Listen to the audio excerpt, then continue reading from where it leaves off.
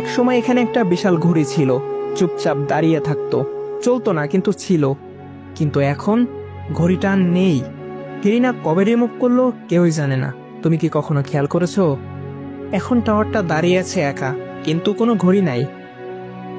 যদি কখনো তুমি এখানে একা নামো, এনিমি কেউই আসে না, তখন এই জায়গাটা কেমন যেন বদলে যায়।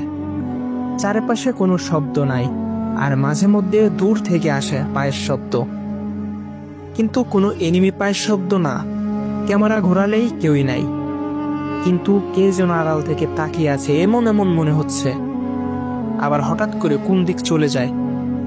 ঘড়ির কাঁটাটা কি শুধু সময় দেখাতো, নাকি ওটা কোনো কিছু আটকে রাখতো, বা কোনো কিছু ইঙ্গিত বোঝাতো? এটা এখনো রহস্যময় হয়ে আছে। কেরিনা কখনো বুঝতে দেয়নি কাউকে। যেদিন ঘড়ির কাঁটাটা রিমুভ করা হলো, সেদিন এই জায়গায় আওয়াজ বদলাতে শুরু করলো।